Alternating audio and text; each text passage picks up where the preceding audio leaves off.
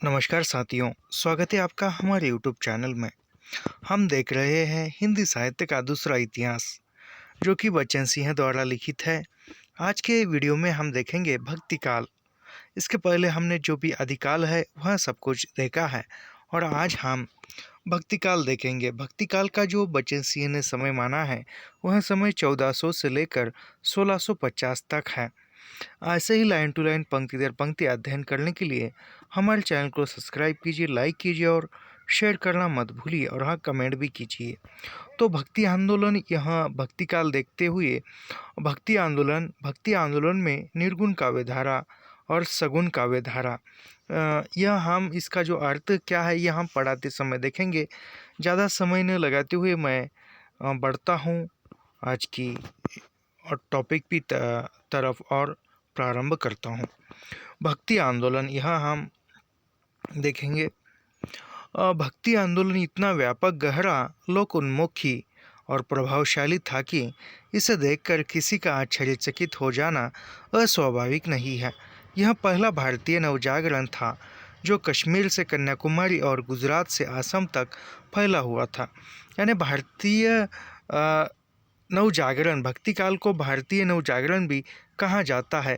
और ये कश्मीर से लेकर कन्याकुमारी तक, यानी कश्मीर से लेकर कन्याकुमारी तक, एक भाग से लेकर दूसरे भाग तक, यानी और गुजरात से लेकर आसाम तक, यानी एक वहाँ पूरे भारत भूमि पर फैला हुआ था।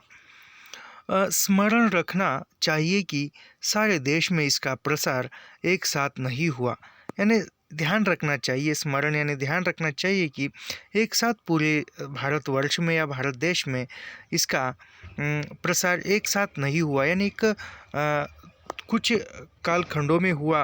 पहले असम में हुआ, फिर गुजरात में हुआ, फिर कश्मीर में हुआ, फिर कन्याकुमारी में, ऐसे वो धीरे धीरे बढ़ता रहा। वह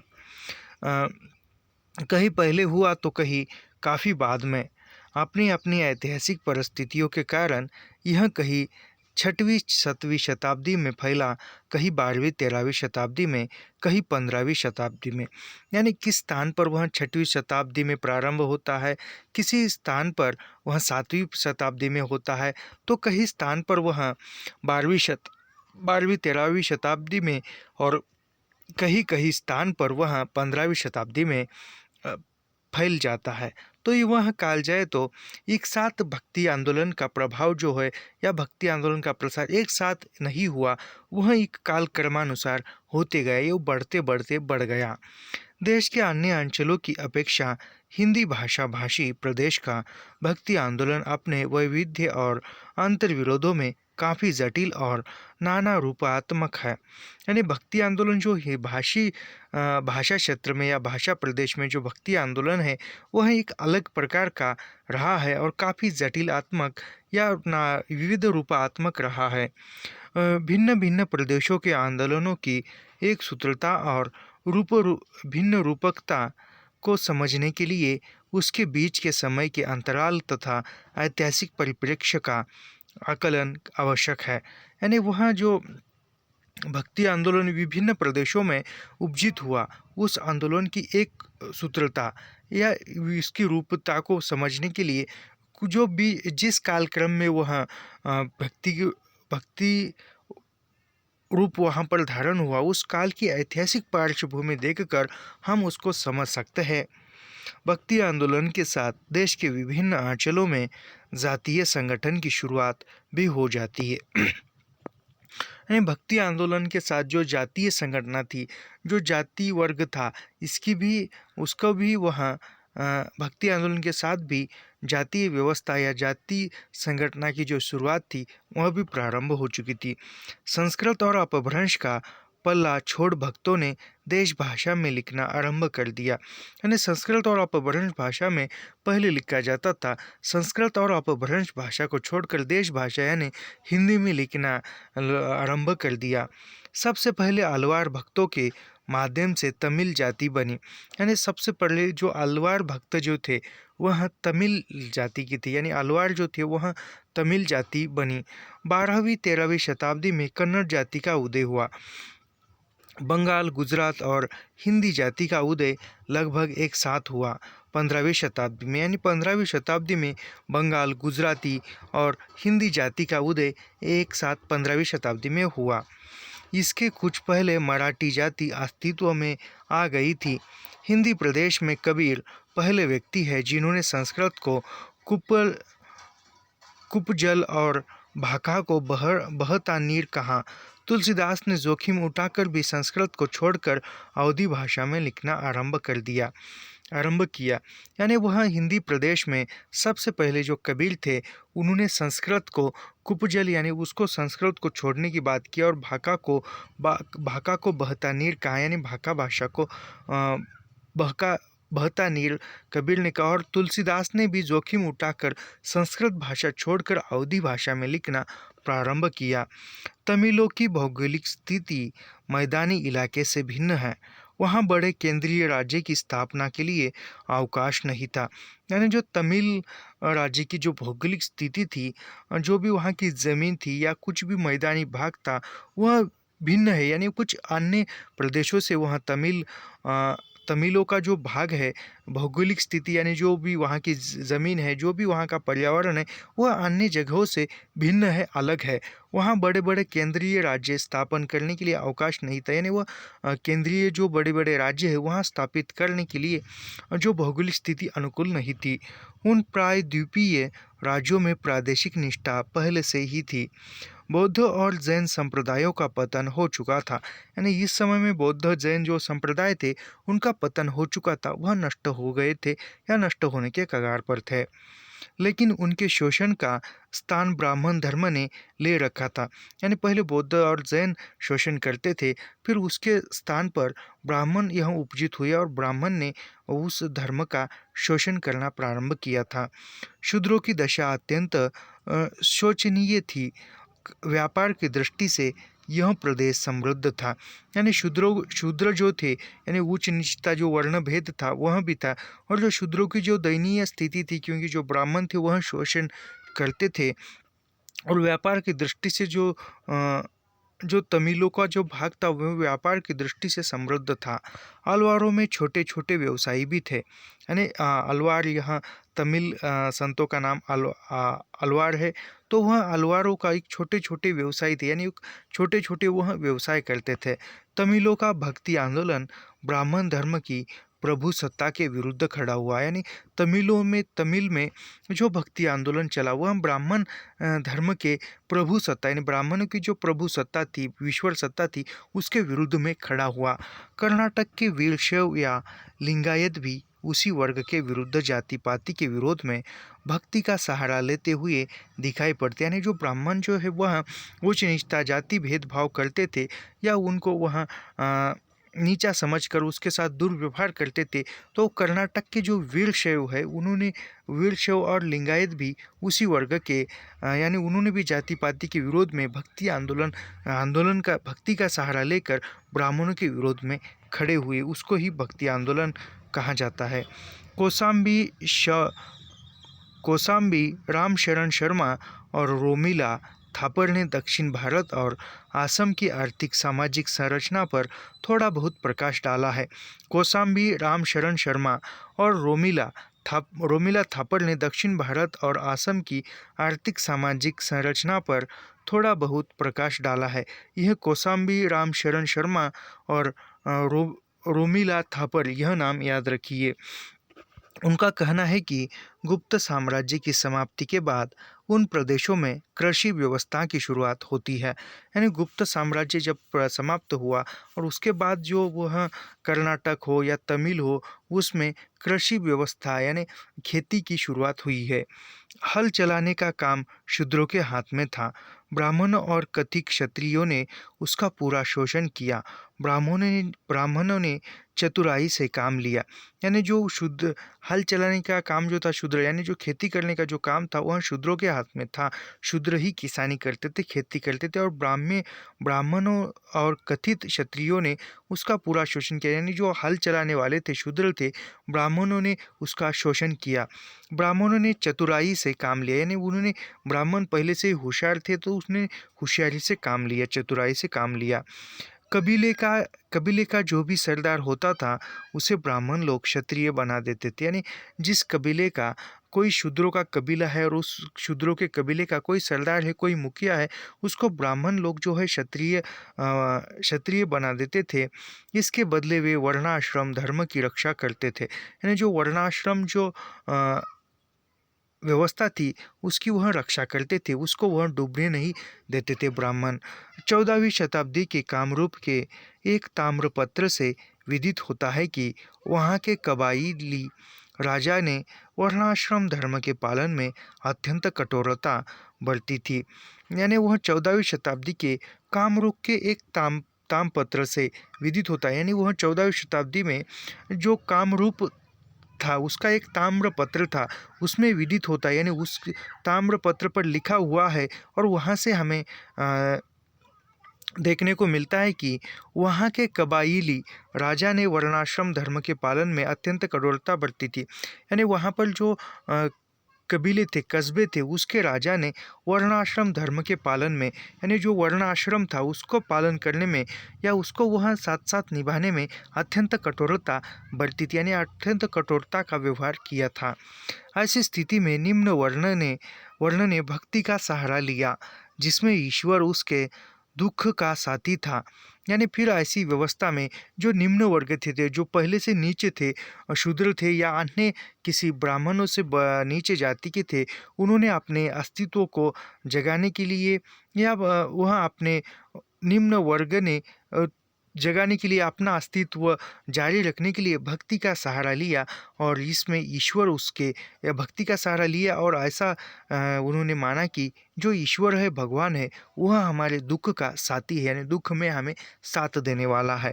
इस आंदोलन द्वारा जाति प्रथा को धक्का लगा और निम्न जातियों में आत्मगौरव का भाव भी जगा। यानी यह आंदोलन उपजित हुआ और इसके बाद जो जाति प्रथा थी, जाति प्रथा को धक्का लगा। यानी वह जाति प्रथा है ही नहीं, जाति कोई है ही नहीं मूलतः, केवल स्त्री और पुरुष यही दो जाति है। यानी ये जो कुछ भी वह जाति है अलग अलग विभागों में बांटी हुई है, ये एक केवल राज्य चलाने के लिए या एक कहा जाए तो जो बड़े उच्च वर्ग के थे उन्होंने उनका जीने का सहारा बनाने के लिए यह जाति वर्ग व्यवस्था की होगी उस जमाने में। हिंदी प्रदेश की स्थिति किसी भी अन्य प्रदेश की स्थिति से भिन्न है, इसका उल्लेख प्रारंभिक अध्याय में किया जा चुका है।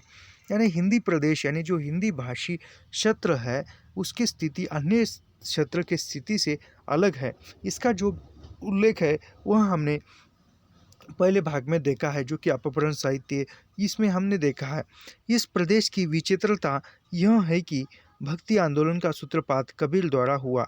यानी वह बच्चन सिंह मानते हैं कि भक्ति आंदोलन का जो सूत्रपात है, यानी भक्ति आंदोलन के जो प्रवक्ता है वह कबीरदास या कबीर द्वारा हुआ, ऐसे वह बच्चन सिंह मानते हैं। ऐसे मुसलमान द्वारा जो वेदों को नहीं मानता तो नहीं मानता, किताब को भी नहीं मानता, इस अमोद नकार को लेकर चलने वाला आंदोलन हिंदी प्रदेश में ही चल सकता था। यानी वह कबीर ने सूत्रपात किया, कबीर ने भक्ति आंदोलन का प्रारंभ किया और जो ऐसे मुसलमान द्वारा हुआ जो वेदों को नहीं मानता तो नहीं मानता, नहीं मानता है तो मतलब नहीं मानता है, कोई उस पर जोर ज़बरदस्ती नहीं, तिब्बे किताब को भी नहीं मानता, यानी किताब जो किताब होते हैं उसको भी नहीं मानता। इस अमोघ नकार को लेकर चलने वाला आंदोलन, यानी ऐसी अवस्था को चलने वाला आंदोलन यह हिंदी देश में ही चल सकता था। कबीर के साथ हिंदू भी थे और मुसलमान भी, यानी कबीर के साथ हिंदू भी थे और मुसलमान भी थे। सब गरीब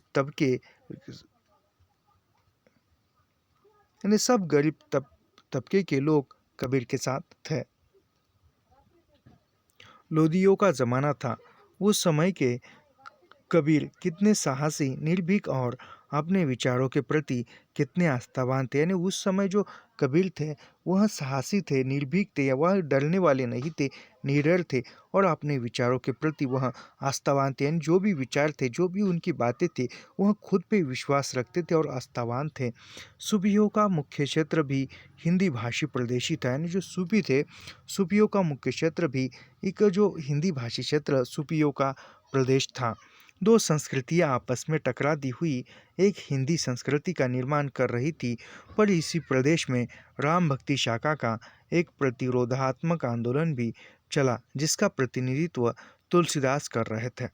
यानी दो संस्कृतियों की टकरात, यानी जो टकराहट, यानी जो मुस्लिम भी थे और हिंदू भी थे, तो इन दोनों की संस्कृतियों की टकरार थी और हुई एक हिंदी संस्कृति का निर्माण कर रही थी। यानी जो एक हिंदी संस्कृति का, यानी जो हिंदू के लोग थे उनका वह संस्कृति का निर्माण कर रही थी, पर इसी प्रदेश में राम भक्ति शाखा का, यानी एक तरफ जो राम भक्ति शाखा थी, राम भक्ति शाखा भी उपजी हुई थी और राम भक्ति शाखा का प्रतिनिधित्व तुलसीदास कर रहे थे।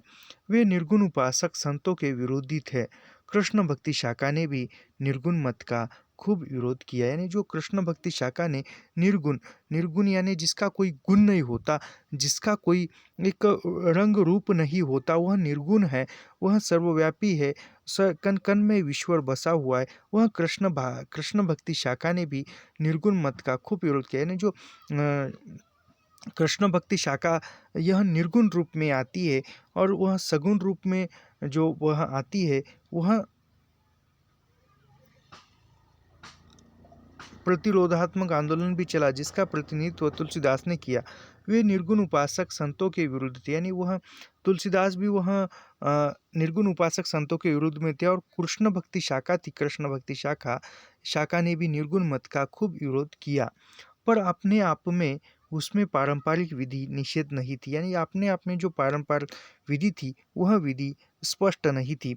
इसमें हिंदू मुसलमान दोनों सम्मिलित थे। यानी कृष्ण भक्ति शाखा में भी दोनों सम्मिलित थे, हिंदू भी थे और मुसलमान भी थे। ग्रियर्सन की औपनिवेशिक दृष्टि ने सारे भक्ति आंदोलन पर आश्चर्य प्रकट करते हुए उसने ईसाईयत की देन मान लिया। यानी ग्रियर्सन ने भक्ति आंदोलन, यानी ग्रियर्सन ने माना है कि भक्ति आंदोलन पर आश्चर्य प्रकट करते हुए कहा है कि भक्ति आंदोलन यह ईसाईयत की देन ग्रियर्सन ने माना है। इतने बड़े झूठ पर आप कोई विचार करने को तैयार नहीं। यानी वह बच्चन सिंह कहती, ग्रियर्सन ने जो ईसाईयत की देन मानी है भक्ति आंदोलन, तो ये वह बच्चन सिंह के अनुसार वह झूठ है और इस झूठ पर विचार करने के लिए अब कोई तैयार नहीं है। भक्ति आंदोलन पर अपने ढंग से सोचते हुए शुक्ल जी ने लिखा है, यानी रामचंद्र शुक्ल ने लिखा है भक्ति आंदोलन को पर सोचते हुए, जब मुस्लिम साम्राज्य दूर दूर तक स्थापित हो गया, तब परस्पर लड़ने वाले स्वतंत्र राज्य नहीं रह गए। यानी मुस्लिम साम्राज्य जो था दूर दूर तक फैला हुआ था और परस्पर लड़ने वाले स्वतंत्र राज्य नहीं रह गए। यानी वह आपस में लड़ने वाले कोई स्वतंत्र राज्य नहीं थे, सभी तरफ मुसलमानों का ही राज्य था। इतने भारी उलटफेर के पीछे हिंदू जनसमुदाय पर बहुत दिनों तक उदासी छाई। यानी सभी तरफ मुस्लिम राज्य स्थापित था, तो जो भी वह हिंदू लोग थे या हिंदू समुदाय था, वह उदास हो गए थे, उन पर वह उदास थे, उनके मन के विरुद्ध चल रहा था। अपने पौरुष से हताश जाति के लिए भगवान की शक्ति और करुणा की ओर ध्यान ले जाने के अतिरिक्त दूसरा मार्ग है। यानी वह ज़्यादा सभी तरफ मुस्लिम राज्य फैला हुआ था, जो भी वह हिंदू समुदाय थोड़ा कुछ था, वही पौरुष से, यानी मुसलमानों से लड़ाई करके या उसके हाथापाई कर से वह उनका विरोध नहीं किया जा सकता था। इसलिए शुक्ल के अनुसार हिंदू जाति ने पौरुष से हताश होकर भगवान की शक्ति और करुणा की ओर ध्यान दिया। यानी वह, अब तू ही भगवान है, तू अब हमें ईश्वर ही इस बड़े मुस्लिम साम्राज्य से बचा सकता है, मुस्लिम के चंगुल से छुड़ा सकता है, ऐसा माना और फिर उन्होंने भक्ति की ओर पलायन किया शुक्ल के अनुसार।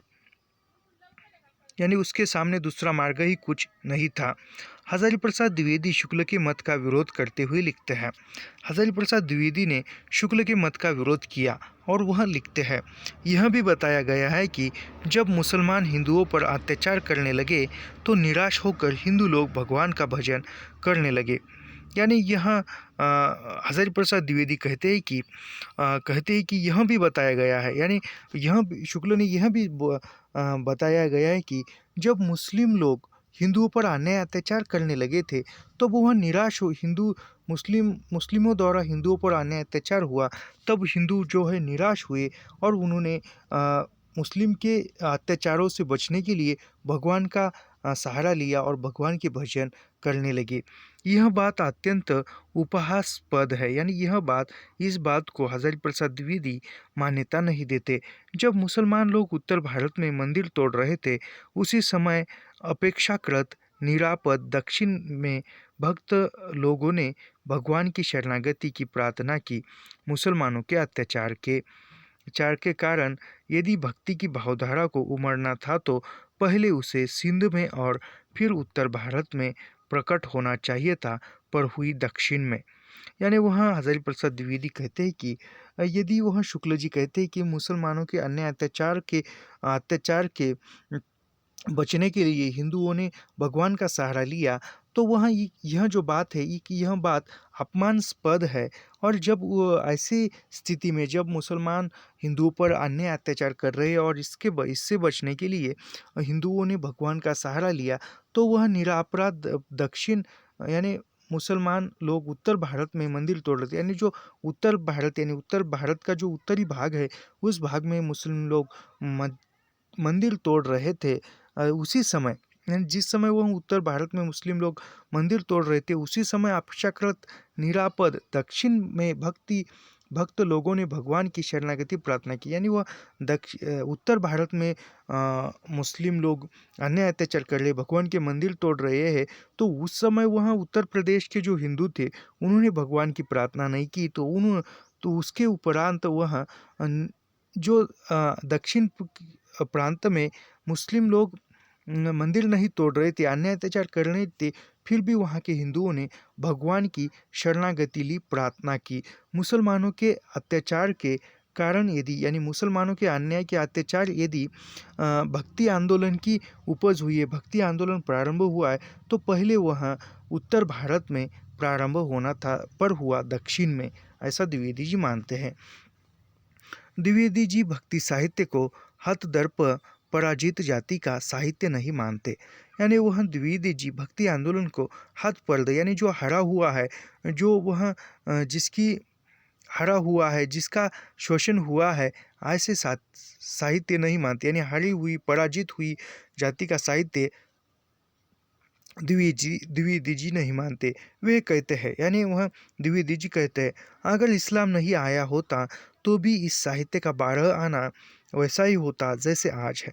यानी वहाँ द्विवेदी जी कहते हैं, यदि मुस्लिम न आया होता, इस्लाम न आया होता, तो भी वह भक्ति आंदोलन का या भक्ति का साहित्य 12 आना, यानी 12 आना जैसा होता जैसे आज है, वह उपजीव होता था। यदि इस्लाम आए या न आए, फिर भी वह भक्ति आंदोलन होता ही था। हिंदी के विद्वान कभी शुक्ल जी के मत का समर्थन करते रहे, तो कभी द्विवेदी जी के मत का। यानी जो अन्य जो हिंदी के आंदोलन है, उन भक्ति आंदोलन के विद्वानों ने कभी शुक्ल के मत को समर्थन किया, तो कभी द्विवेदी जी के मत का।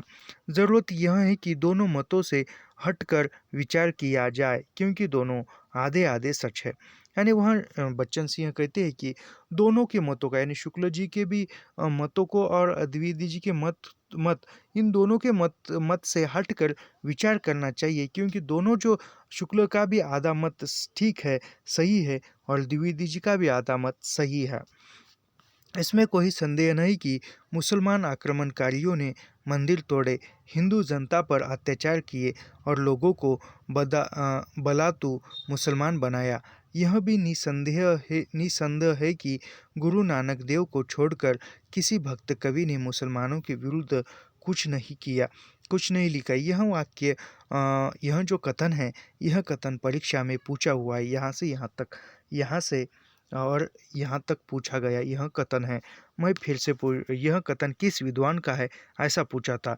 इसमें कोई संदेह नहीं कि मुसलमान आक्रमणकारियों ने मंदिर तोड़े, हिंदू जनता पर अत्याचार किए और लोगों को बलातू मुसलमान बनाया। यह कथन किस विद्वान का है, ऐसा पूछा गया था।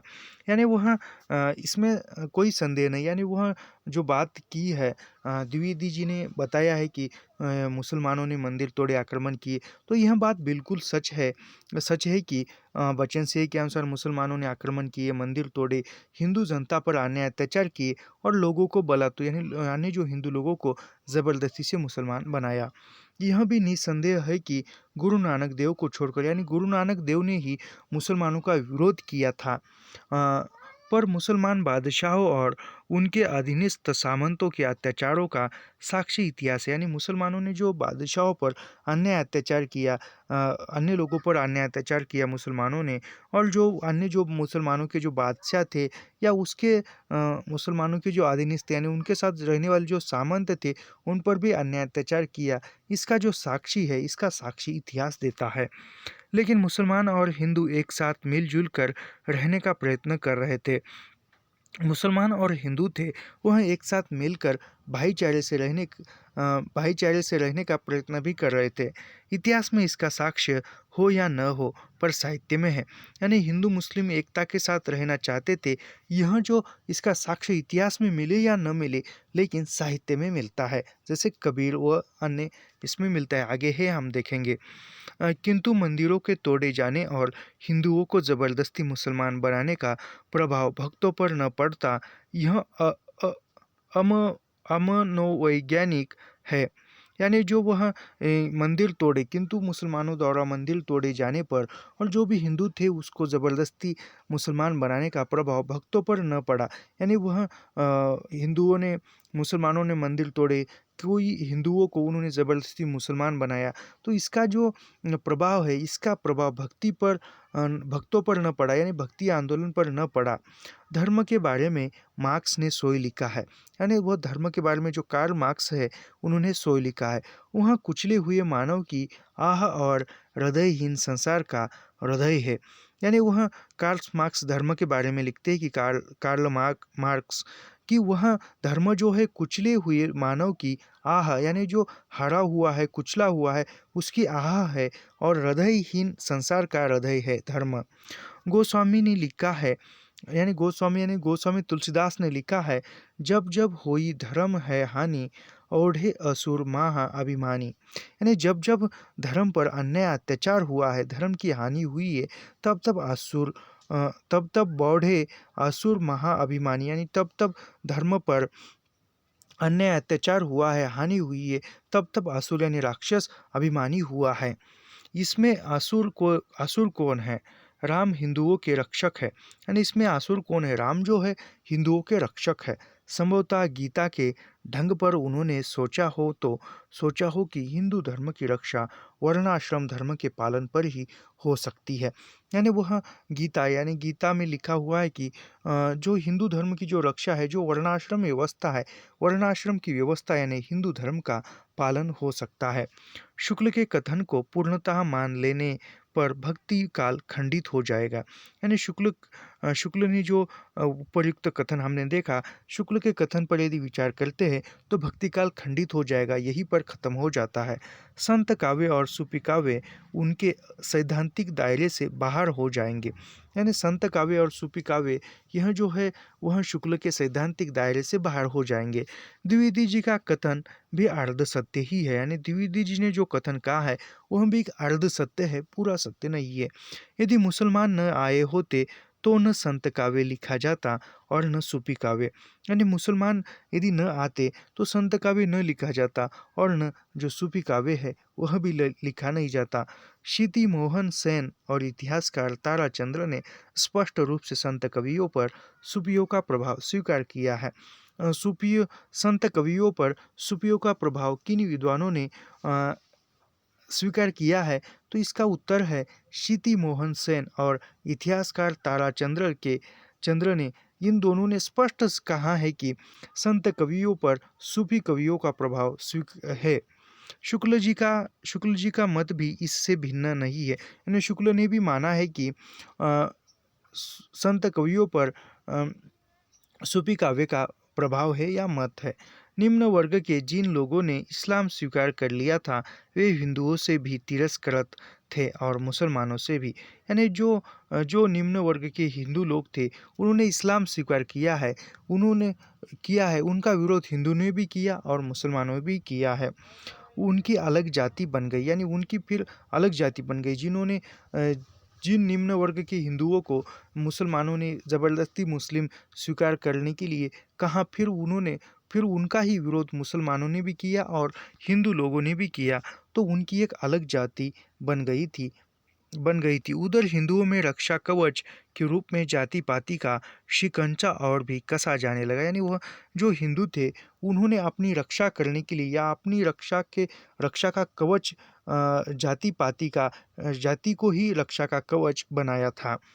हिंदुओं के देखा देखी जाति भेद मुसलमानों में भी दिखाई पड़ने लगे। यानी जो हिंदुओं में जो जाति भेद थे वह मुसलमान वर्ग में भी जाति भेद दिखाई देने लगे। यानी जो सामान्य हिंदू मुसलमान उच्च वर्ग के विरुद्ध उठ खड़े हुए। यानी जो सामान्य हिंदू मुसलमान थे, यानी जो निम्न वर्ग के हिंदू थे, निम्न वर्ग के मुसलमान थे, वह जो मुसलमानों में उच्च वर्ग है, हिंदुओं में जो उच्च वर्ग है, उन पर वह लोग विरुद्ध खड़े हुए, यानी उन पर आवाज़ उठाए गए। मुसलमानों के आगमन के फलस्वरूप संगीत, खान-पान, पहनावा, वास्तुकला, चित्रकला आदि में विचित्र मिश्रण हुआ। यानी फिर मुसलमान आए और मुसलमानों का आगमन होने के बाद जो भी संगीत था, भोजन था, खान-पान था, पहनवा था, पोशाक था, वास्तुकला थी, चित्रकला थी आदि में वह मिश्रण हुआ। यानी वह संस्कृति में एक मिश्रित संस्कृति की उपज हुई।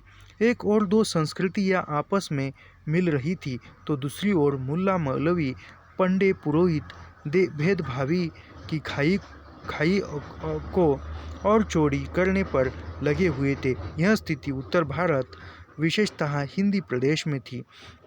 यानी वह हिंदू और मुस्लिम आने पर हिंदू और मुसलमानों के जो संस्कृति थी उसमें आपस में वह मिल गई या मिश्रित हो गई। मुल्ला मौलवी, पंडे पुरोहित भेदभावी खाई में गिरने लगे। यानी जो मुल्ला मौलवी है, पंडे पुरोहित है, ये वह भेदभाव की खाई में मिल गया और वो जो भेदभाव की खाई थी वह चौड़े होने लगी थी। यह स्थिति उत्तर भारत में विशेष थी। यानी वह उत्तर भारत में थी और हिंदी प्रदेश में भी थी। बंगाल की जातीय भावुकता के परिवेश में संत काव्य नहीं लिखा गया। यानी बंगाल की जो जातीय भावुकता थी वहाँ पर संत काव्य लिखा नहीं गया। ऐसा ही प्रश्न पूछा जाएगा कि किस प्रदेश में संत काव्य लिखा नहीं गया। ऊपर दिया जाएगा बंगाल, पश्चिम बंगाल, उत्तर भारत, मध्य भारत, दक्षिण भारत, तो इसमें बंगाल यह ऑप्शन सही होगा। गुजरात में आखा 1551 से 1656 को निर्गुण भक्त माना जाता है। यानी गुजरात में आखा जो है आखा, यानी पूरा गुजरात प्रांत में 1551 से 1656 तक 56 को निर्गुण भक्त माना गया है। पर कबीर की अड़कता और मूर्ति भंजकता आखा में कहाँ है। महाराष्ट्र के संत एकनाथ की सगुणवादी भी थे और निर्गुणवादी भी थे। यानी महाराष्ट्र के जो संत एकनाथ थे, नामदेव भी सगुणवादी भी थे और नामदेव भी सगुणवादी भी थे और निर्गुणवादी भी थे। तो महाराष्ट्र के संत एकनाथ जो थे, एकनाथ में भी सगुण भक्ति और निर्गुण भक्ति देखने को मिलती है। कहना न होगा कि निर्गुण भक्ति धारा का कहना न होगा कि निर्गुण भक्ति धारा का अस्त्र प्रवाह हिंदी प्रदेश में ही देखा गया।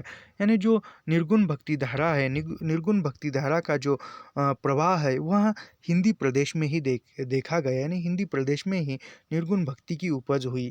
अत्यंत सामान्य वर्ग के हिंदू मुसलमानों ने अपने गीत गाए। इतिहास में संभवतः पहली बार इस वर्ग ने आत्म अभिव्यक्ति का अवसर पाया और अपनी वाणी को जनता तक निर्भीकता पूर्वक पहुंचाया। यानी वह निर्गुण भक्ति के जो गीत है वह सामान्य वर्ग के, यानी जो निम्न वर्ग के जो हिंदू मुसलमान हैं उन्होंने वह गीत गाए और उन्होंने इतिहास में अपनी अभिव्यक्ति लोगों तक पहुंचाने के लिए निर्भीकता से, यानी वह निडर होकर उन्होंने पहुंचाया। लेकिन निम्न वर्ग के लोग इस व्यवस्था के विरुद्ध कैसे खड़े हो गए, इसकी पड़ताल के लिए इतिहास के आर्थिक पहलू पर विचार करना होगा। यानी जो निम्न वर्ग के जो लोग हैं उन्होंने निर्गुण भक्ति को क्यों अपनाया, यहाँ इस बात पर विचार करने के लिए विचार करना चाहिए। और इसकी पड़ताल यदि करते हैं तो इतिहास में जब वह आर्थिक पहलू है, यानी जो आर्थिक कमजोरी थी वह उस पर विचार करना होगा। आर्थिक ढांचे में बुनियादी परिवर्तन न होने पर भी दिल्ली में सुल्तानों के समय सौदागरी बढ़ी चली। यानी आर्थिक जो ढांचा था, आर्थिक ढांचा में बुनियादी परिवर्तन या आर्थिक ढांचे पर ज़्यादा परिवर्तन न हुआ, फिर भी वह दिल्ली में सुल्तानों के समय, यानी जो सुल्तान था वहाँ सुल्तानों के समय में सौदागरी बढ़ गई थी, यानी जो सौदागरी थी वह बढ़ गई थी। कारागिरों का उत्पादन अब गांव तक सीमित नहीं था, यानी जो कारागिर थे वह एक गांव में ही अपना कारागिरी करते थे, लेकिन उनका उत्पादन जो था अब गांव तक सीमित नहीं था, वह गांव के बाहर भी उसका उत्पादक जा रहा था। वे अपना उत्पादन बाजारों तक पहुंचाने लगे थे। छोटे छोटे सौदागर उन्हें और भी दूर दूर तक ले जाते थे। जो अन्य जो व्यापारी है, सौदागर यानी व्यापारी, माल खरीदने वाले, वह छोटे छोटे सौदागर जो कारीगर थे उन कारीगरों को गांव से दूर अन्य कहीं प्रदेश में ले जाते थे। बार्टर पद्धति का स्थान सिक्कों ने ले लिया था, यानी जो बार्टर पद्धति थी उसका स्थान अब सिक्कों ने ले लिया था।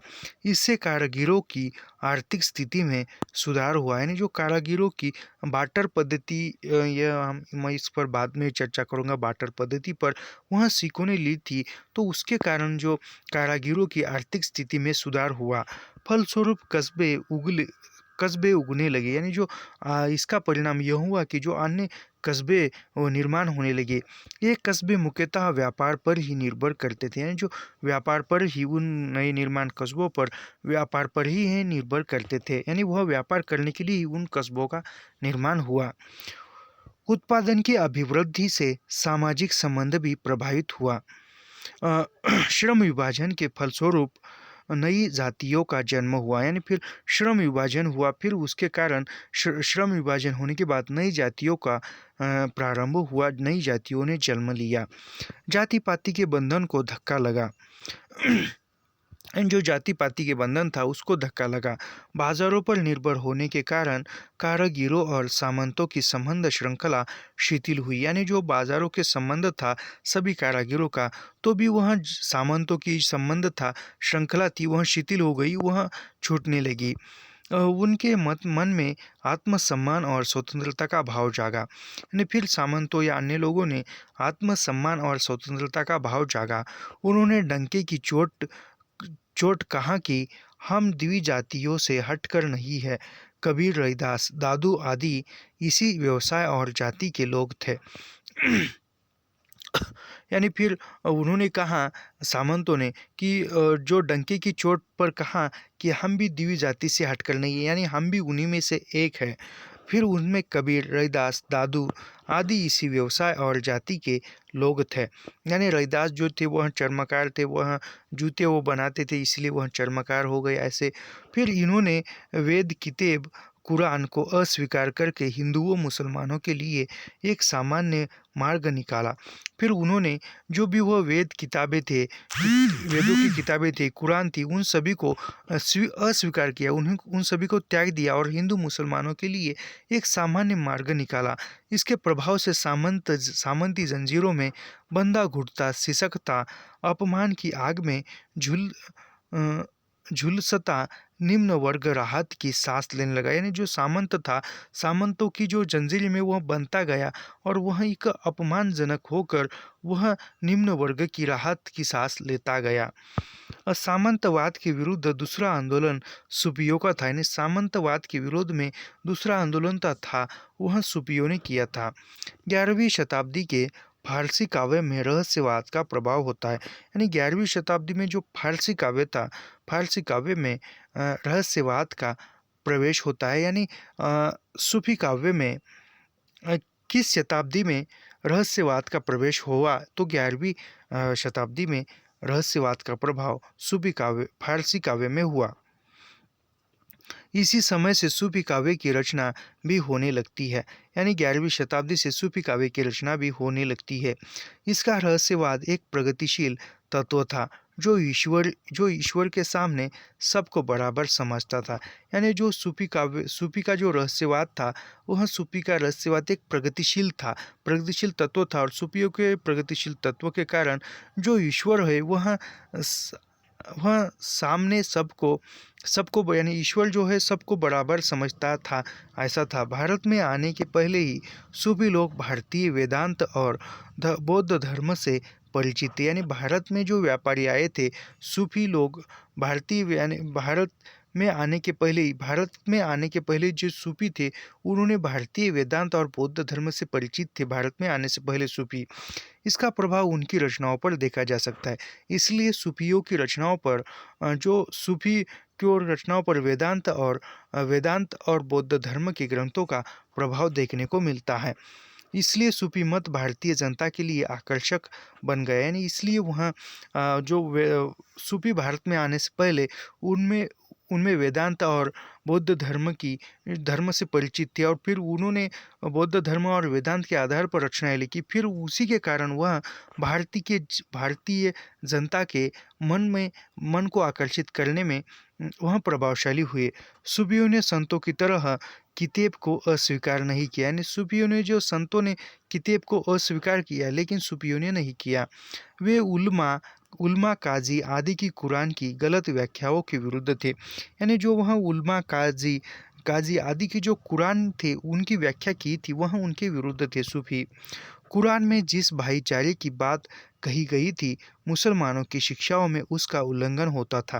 यानी कुरान में जिस एकता की बात या भाईचारे की बात की थी, वह जो भाईचारा था वह मुल्लाओं की शिक्षाओं में उसका उल्लंघन। यानी मुल्लाओं को यदि शिक्षा देनी है तो उस भाईचारे को लांघ कर जाना पड़ता था। वे सामंती शोषण का समर्थन करते थे।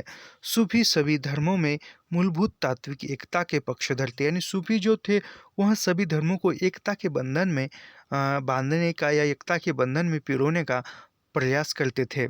इसलिए सूफियों से सामंतवाद के पायदारों की टकराहट स्वाभाविक हो गई। फिर इसलिए वो जो सामंत और सूफियों के बीच में टकराहट हुई, या वह सूफी जो थे एकता की बात करते थे या अन्य धर्मों को वह एक धागे में पिरोने का काम करते थे। इसलिए सामंत और सूफियों के बीच में टकराहट होने लगी थी। शेख अलाई जैसे क्रांतिकारी सूफी संत को तो इस्लाम शाह, यानी वह शेख अलाइन जैसे क्रांतिकारी सूफी संत को इस्लाम शाह 1545 यानी इस्लाम पर शाह का समय 1545 से 1552 ने कत्ल कर दिया। फिर उस इस्लाम शाह ने शेख अलाई का कत्ल कर दिया था। वह एक क्रांतिकारी था। इसकी वजह से दारा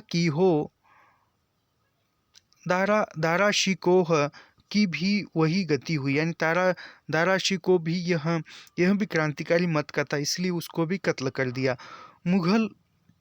मुगल सल्तन के अंतिम दिनों में सूफियों ने उसके विरुद्ध विद्रोही तेवर अख्तियार कर लिया। सूफी पंथ हिंदुओं मुसलमानों के बीच भाईचारा स्थापित करना चाहता था। यानी सूफी जो पंथ जो था वह सूफी पंथ हिंदू और मुसलमानों के बीच में भाईचारा एकता स्थापित करना चाहता था। उत्तर भारत में स्फुट रूप से यह फैला हुआ था। यानी उत्तर भारत में सूफी जो था वह सूफी पंथ फैला हुआ था और वो हिंदू मुस्लिम में एकता स्थापित करना चाहता था। पर जहाँ तक सूफी साहित्य का संबंध है, इसका अधिकांश हिंदी में ही लिखा। यानी सूफी काव्य जो था अधिकांश हिंदी में लिखा गया था। बंगाल में एक पुस्तक मिलती है, यानी बंगाल में एक सूफियों की पुस्तक मिलती है, दौलत काजी कृत सती मैना ओ लोर चंद्रानी। यानी वह दौलत काजी की एक कृति है, उसका नाम है, बंगाल में है वह, तो सती मैना ओ लोर चंद्रानी। इसका रचनाकाल 1617वीं शताब्दी बताया गया है। यानी जो दौलत काजी की जो किताब है सती मैना ओ लोर चंद्रानी, इसका समयकाल 16वीं 17वीं शताब्दी बताया गया है। यह भी साधन द्वारा लिखे गए मैना सत का रूपांतरण है। यानी वह भी एक साधन द्वारा मैना सत का लिखा हुआ एक रूपांतरण है। हिंदी सूफी काव्य की मूलभूत विशेषता इसमें निहित है कि वे पूर्णतः भारतीय है। उन्हें यहाँ की धरती, ऋतुओं, पहाड़ों, समुद्रों और मनुष्यों से गहरा प्रेम है। यानी वहाँ पर उस ग्रंथ में लिखा गया है कि हिंदी सूफी काव्य की मूलभूत विशेषता इस यानी हिंदी जो है सूफी काव्य की मूलभूत विशेषता है और जिसमें निहित है यानी लिखा हुआ है कि पूर्णतः भारतीय है, यानी सूफी जो है वह पूर्णतः भारतीय है। और उन्होंने यहाँ की धरती यानी सूफियों को यहाँ की धरती, पहाड़ों, समुद्रों और मनुष्य से गहरा प्रेम है। यानी सूफियों को जो यहाँ भारत भारत की जो धरती है, भारत की जो ऋतु है, वह यहाँ के पहाड़ यानी प्राकृतिक सौंदर्य है, समुद्र है, मनुष्य है, उनसे सूफियों को गहरा प्रेम था। खुसरो ने अपनी मसनवी नूर नूर सिपह यह बहुत प्रामाणिक न होने पर भी स्वयं में महत्वपूर्ण है में लिखा है। यानी खुसरो ने नूर सिपह इस ग्रंथ में लिखा है। नूर सिपह यह प्रामाणिक नहीं है, लेकिन एक अपने आप में एक महत्वपूर्ण कृति है खुसरो की नूर सिपह। तो नूर सिपह में खुसरो ने लिखा है, लोग मुझसे पूछते हैं कि भारत के लिए मेरे मन में श्रद्धा क्यों है। यानी खुसरो लिखते हैं कि लोग मुझसे पूछते हैं कि भारत के प्रति मेरे मन में इतनी श्रद्धा क्यों है। भारत मेरी जन्मभूमि और मेरा देश है। यानी खुसरो कहता है कि भारत जो है मेरी जन्मभूमि है, मेरा देश है। पैगंबर में कहा है कि अपने देश से प्रेम करना मजहब का एक अंग है। यानी अपने देश पैगंबर में खुसरो कहता है कि जो पैगंबर था, पैगंबर ने कहा है कि अपने देश से प्रेम करना यह एक मजहब का अंग है, यानी एक धर्म का अंग है। हिंदी सूफी काव्य की शैली तो मसनवी है, पर भाषा, छंद, विधान, काव्य रूढ़ियाँ, कहानियाँ सबकी सब भारतीय है। यानी जो सूफियों की जो मसनवी शैली थी, उन मसनवी शैली की जो भाषा, छंद, विधान, काव्य रूढ़ियाँ, कहानियाँ सब भारतीय, यानी जो मसनवी शैली की जो भी कहानियाँ थी, छंद थी, वह सब कुछ भारतीय शैली से लिया हुआ है या भारतीय संस्कृति से भी लिया हुआ है, यह खुसरो का मत है। सूफी काव्य तो दक्षिणी हिंदी में भी लिखे गए थे। यानी सूफी काव्य जो थे वह दक्कनी हिंदी में भी लिखे गए हैं, पर उनके प्रेरणा स्रोत विदेशी है। यानी सूफी काव्य जो दक्कनी भाषा में लिखे गए, दक्कनी हिंदी में लिखे गए हैं, यानी जो प्रेरणा स्रोत जो थे वह विदेशी थे, वे हिंदी जाति के काव्य नहीं है। यानी जो दक्कनी में लिखे हुए वह हिंदी जाति के काव्य नहीं है। पर हिंदी के सूफी काव्य अपने जातीय में एक नया गद्यात्मक आयाम जोड़ते हैं, जो अन्य भारतीय भाषाओं के साहित्य में नहीं है। यानी पर जो हिंदी के जो सूफी काव्य है, यानी हिंदी में जो लिखे हुए सूफी काव्य है, वह जातीय में एक गद्यात्मक आयाम जोड़ते हैं, जो अन्य भाषाओं में साहित्य में नहीं है, वह हिंदी में है। संत काव्य और सूफी काव्य अपनी असमानताओं के बावजूद सामंत विरोध, मानवीय समता, निर्गुण उपासना में एक ही धरातल पर खड़े हैं। यानी वह संत काव्य और सूफी काव्य के जो काव्य थे, वह एक ही धरातल पर यानी एक ही लक्ष्य पर लिखे गए हैं। उसमें असमानताओं के बावजूद सामंत विरोध, मानवीय समानता, निर्गुण उपासना में एक ही धरातल पर खड़े, यानी वह एक ही तत्वों पर है। संत काव्य में भी सामंत का विरोध किया है, मानवीय समानता को दिखाया है, निर्गुण उपासना दिखाई, और सूफी काव्य में भी यही बताया गया है। सगुन काव्य धारा में कालक्रम से पहले कालक्रम से पहले कृष्ण काव्य आता है। यानी सगुन काव्य धारा का यदि विचार करते हैं तो कालक्रम में सबसे पहले सगुन काव्य धारा में कृष्ण काव्य धारा आती है। उसके बाद राम काव्य धारा की अपेक्षा यह अधिक व्यापक क्षेत्र में फैला। यानी कृष्ण काव्य धारा जो है वह राम काव्य धारा से अधिक व्यापक प्रदेशों में क्षेत्र में फैली हुई कृष्ण काव्य धारा देखने को मिलती है। कृष्ण भक्ति आंदोलन हिंदी क्षेत्र के पहले ही गुजरात और बंगाल में फैल चुका था। यानी कृष्ण भक्ति आंदोलन जो था, कृष्ण भक्ति आंदोलन हिंदी क्षेत्र से पहले, यानी कृष्ण भक्ति आंदोलन सबसे पहले हिंदी क्षेत्र में नहीं फैला, तो वह गुजरात और बंगाल में फैल चुका था। इसका मूल उत्स मथुरा वृंदावन ही है। यानी कृष्ण भक्ति का जो मूल स्रोत है वह मथुरा वृंदावन में ही है। वल्लभाचार्य के अनुसार उन्होंने म्लेच्छाक्रांत देश में अपनी अस्मिता और सुरक्षा के लिए ही पुष्टि मार्ग की स्थापना की थी।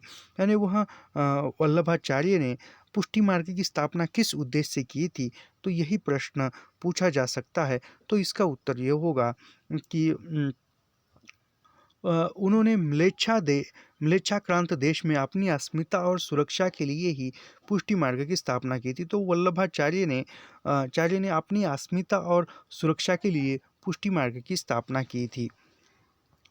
बंगाल में जयदेव 12वीं शताब्दी के गीत गोविंद में ही इस आंदोलन की नींव पड़ चुकी थी। यानी वह बंगाल में जो जयदेव था, बंगाल के जयदेव में 12वीं शताब्दी यानी बंगाल में 12वीं शताब्दी में जयदेव ने गीत गोविंद लिखा था। गीत गोविंद ग्रंथ से ही भक्ति आंदोलन की नींव देखने को मिलती थी।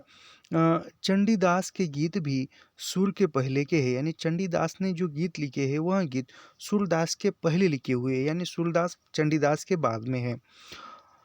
गुजरात में गुजरात में जो नरसिंह मेहता है उसका समय 1414 से 1480 इसकी शुरुआत की। यानी गुजरात में नरसिंह मेहता ने भक्ति आंदोलन की शुरुआत की। पर आश्चर्य है कि उत्तर प्रदेश के पूर्वांचल में इसका प्रसार नहीं हो पाया। फिर उत्तर प्रदेश का जो पूर्वांचल है उसमें भक्ति आंदोलन का प्रसार नहीं हुआ। संभवतः मानस के सामने अन्य कोई प्रभाव टिकने में असमर्थ था। यानी जो तुलसीदास का रामचरित मानस था उसके सामने अन्य जो कृष्ण भक्ति के जो ग्रंथ है वह टिक न सके थे। यानी उत्तर भारत में सबसे ज़्यादा जो था वह राम भक्ति शाखा का प्रभाव देखने को मिलता है। पर ब्रज मंडल और राजस्थान में बड़े उल्लास के साथ इसका स्वागत किया गया। यानी कृष्ण भक्ति जो थी वह ब्रज मंडल और राजस्थान में बड़े उत्साह के साथ स्वागत किया। कृष्ण भक्ति काव्य में निर्गुण मत का डट कर विरोध किया गया। यानी कृष्ण भक्ति में निर्गुण मत का, यानी कृष्ण भक्ति जो है वह सगुण में आती है और कृष्ण भक्ति में जो निर्गुण मत था, कृष्ण भक्ति काव्य में जो निर्गुण मत का विरोध किया गया। सूर ने प्रसंगात इसका विरोध किया है। यानी सूर ने भी इसका विरोध किया है, निर्गुण का किया है। पर नंददास ने तो इसके विरोध में ग्रंथ ही लिखा है। नंददास ने निर्गुण भक्ति काव्य के विरोध में ग्रंथ ही लिखा है। तुलसीदास निर्गुण सगुण का अभेद बताते हुए सगुण को अनेक कारणों से वर्णीयता कह रहे थे। यानी तुलसीदास जो है सगुण और निर्गुण सगुण का अभेद यानी जो भेद बताते हुए सगुण को निर्गुणों यानी निर्गुण से बढ़कर सगुण की वरीयता यानी सगुण ही अच्छे है बताते हैं। चूँकि वो कृष्ण भक्ति में उनकी लीला का ही वर्णन था इसलिए यह मुसलमान भक्तों के छंदों में भी बंदी है। यानी कृष्ण भक्ति में केवल कृष्ण की लीलाओं का ही वर्णन था, इसलिए वो मुसलमान भक्तों ने ही भक्तों के छंदों में बंदी थी। यानी कृष्ण भक्ति जो लीला थी वह लीला मुसलमानों के छंदों में भी थी। सामंती बंधनों में जकड़े स्त्री पुरुष को मुक्ति भाव से स्वच्छंद प्रेम गान का अवसर मिला। यानी वह फिर कृष्ण भक्ति की जो लीला, कृष्ण भक्ति में जो की लीलाओं का वर्णन हुआ, इससे जो सामंती बंधनों में जकड़े हुए स्त्री पुरुष थे उन बंधनों से मुक्ति मिली और उन्होंने स्वच्छंद प्रेम गान का अवसर मिला जो जकड़े हुए स्त्री पुरुष थे। मीराबाई तो कृष्ण के प्रेम में लोक लाज खो चुकी थी, उनमें ऊंच नीच का भेदभाव नहीं रह गया था। यानी मीराबाई भी कृष्ण भक्ति में इतनी लीन हो गई थी कि वह उसने लोग लाज है वह भूलकर उसने ऊंच नीच के भेदभाव को नहीं रह गया था। जाति पाति का कोई बंधन न रहने से इनमें द्विजेतर जातियों के लोगों ने भी योगदान किया। यानी जाति पातियों का कोई बंधन नहीं था, तो वह इस कारण जाति पातियों का कोई बंधन नहीं है इसलिए अन्य जाति के लोगों ने भी इसमें योगदान किया कृष्ण भक्ति में। इस पंथ में कई मुसलमान भी दीक्षित हुए। कीर्तन भजन में संलग्न लोगों को जीने का एक सरस मार्ग मिल गया। यानी कृष्ण भक्ति में जो अन्य जो मुसलमान थे वह भी सम्मिलित हुए और कीर्तन भजन में वह मिलजुल कर रहने लगे थे। एक मार्ग मिला, सहज मार्ग। चेतन स्तर पर अनेक प्रतिबिंब टूट गए और अचेतन मन पूरे आवेग के साथ बह निकला। जाति पाति विरोध शोर मंद पड़ गया। यानी जाति पाति जो विरोध जो था वह मंद पड़ गया, एक ठोट टूटता गया। महाराष्ट्र के कृष्ण भक्ति का स्वरूप श्रृंगारिक नहीं था, यानी महाराष्ट्र में जो कृष्ण भक्ति हुई उसका महाराष्ट्र के कृष्ण भक्ति में महाराष्ट्र में जो कृष्ण भक्ति हुई उसका जो स्वरूप था वह श्रृंगारिक नहीं था। हिंदी कृष्ण भक्ति काव्य श्रृंगारिक हो उठा, यानी जो हिंदी प्रदेश में जो कृष्ण भक्ति काव्य था वह श्रृंगारिक था, लेकिन महाराष्ट्र का जो कृष्ण भक्ति काव्य था वह श्रृंगारिक नहीं था उठा। बंगाल कृष्ण भक्ति काव्य अतिशय श्रृंगारिक है, यानी बंगाल में जो लिखा हुआ कृष्ण भक्ति काव्य था वह अतिशय श्रृंगारिक है। मैं यह कथन फिर से पढ़ता हूँ। महाराष्ट्र में कृष्ण भक्ति का स्वरूप श्रृंगारिक नहीं था, हिंदी कृष्ण भक्ति काव्य श्रृंगारिक हो उठा। बंगाल कृष्ण भक्ति काव्य अतिशय श्रृंगारिक है। तो यह कथन जो है यह बच्चन सिंह का कथन है। राम भक्ति आंदोलन का केंद्र बनारस था, यानी राम भक्ति आंदोलन का जो केंद्र था वह बनारस था। तो कृष्ण भक्ति आंदोलन का जो केंद्र था वह वृंदावन मथुरा था, और कृष्ण भक्ति राम भक्ति का केंद्र आंदोलन बनारस था। रामानंद इसके प्रवर्तक थे, यानी राम भक्ति काव्य के राम भक्ति आंदोलन के जो प्रवर्तक थे वह रामानंद थे। तुलसीदास ने इसे जिस बिंदु तक पहुंचा दिया उसके आगे राह नहीं थी, यानी तुलसीदास ने राम भक्ति शाखा को इतने ऊंचे बिंदु तक पहुंचा दिया कि उसके आगे और कोई कभी जा न सका।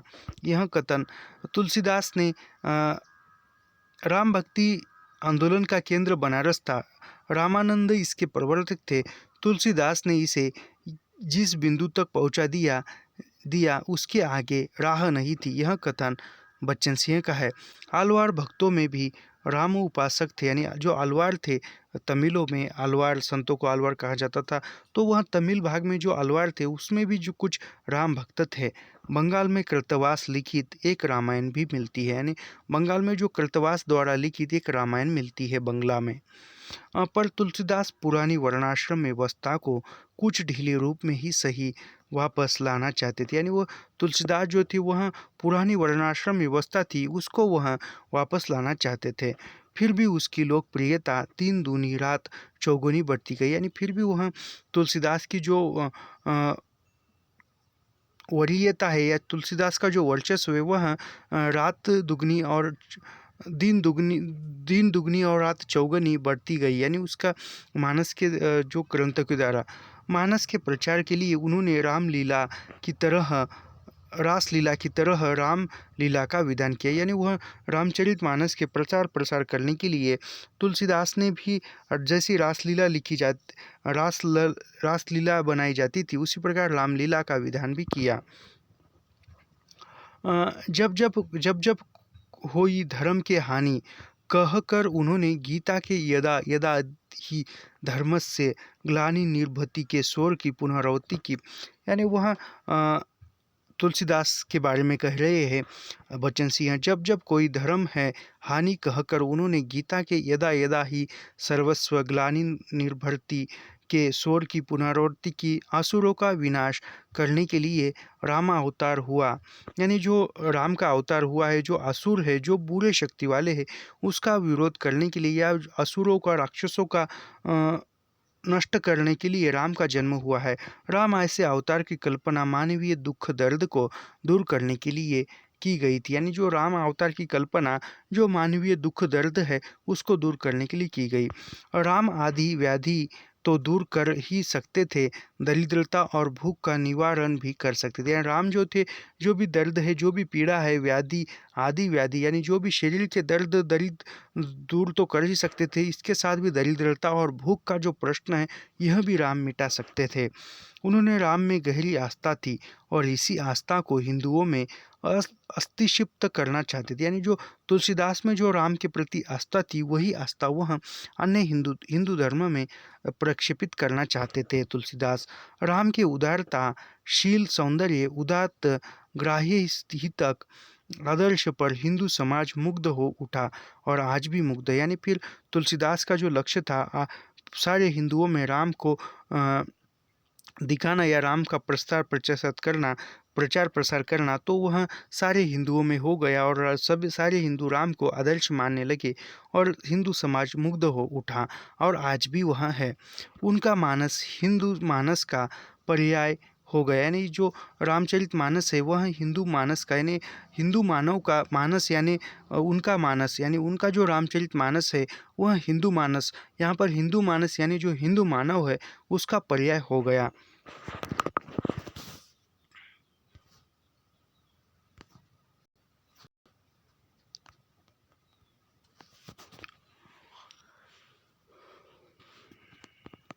तो आज की वीडियो में इतना ही। मिलते हैं अगले वीडियो में। ऐसे ही लाइन टू लाइन पंक्ति दर पंक्ति अध्ययन करने के लिए हमारे चैनल को सब्सक्राइब कीजिए, लाइक कीजिए और शेयर करना मत भूलिए। मिलते हैं अगले वीडियो में। धन्यवाद।